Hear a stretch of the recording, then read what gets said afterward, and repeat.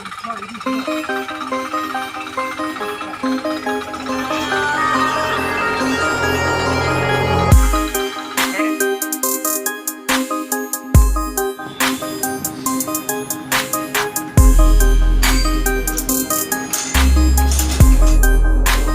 సోదరులందరికీ వనమాలి అగ్రికల్చర్ ఛానల్లోకి తిరిగి స్వాగతం. నా పేరు జానీ.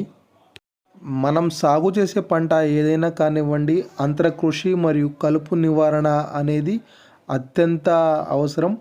ఈ కలుపు నివారణ మీదే మన పంట దిగుబడి అనేది ఆధారపడి ఉంటుంది. ఈ విషయం మన రైతు సోదరులందరికీ తెలిసిందే.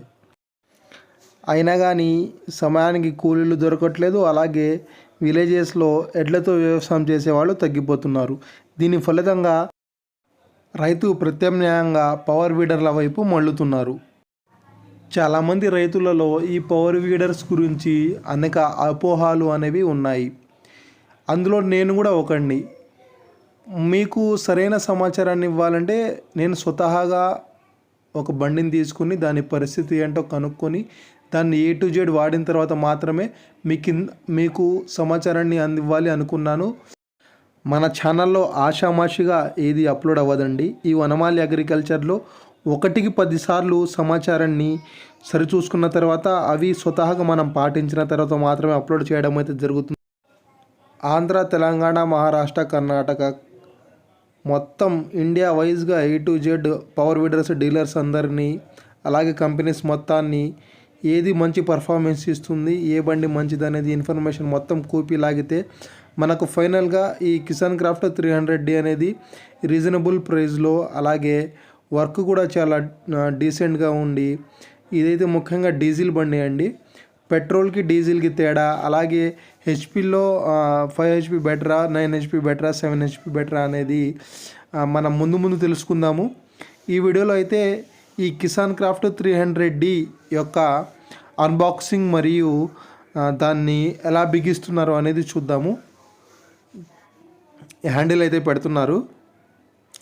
దీని యొక్క హ్యాండిల్ని మనకు ఇష్టం వచ్చినట్టు కొంతమంది పొట్టోళ్ళు ఉంటారు, కొంతమంది పొడుగా ఉన్న వాళ్ళు ఉంటారు. వాళ్ళ హైట్కి తగ్గట్టుగా ఏర్పాటైతే చేసుకోవచ్చు.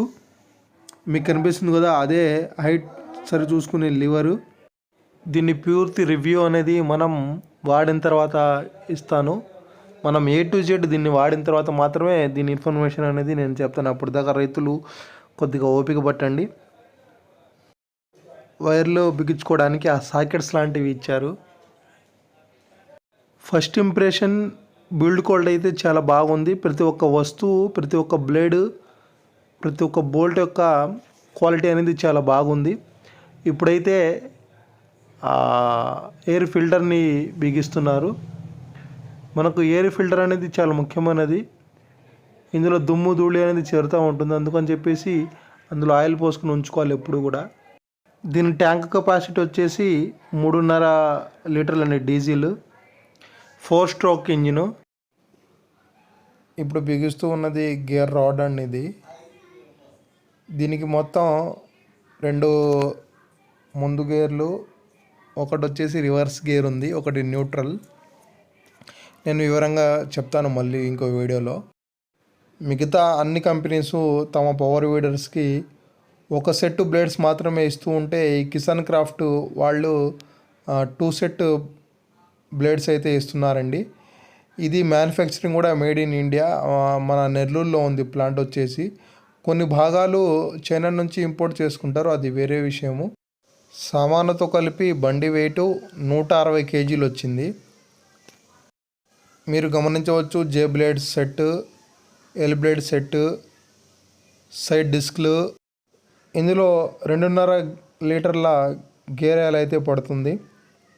అలాగే ఇంజిన్ ఆయిల్ వచ్చేసి 1 లీటర్ పడుతుంది. ఇది హెవీ గేర్ బాక్స్ అన్నమాట, డైరెక్ట్ ట్రాన్స్పిరేషన్.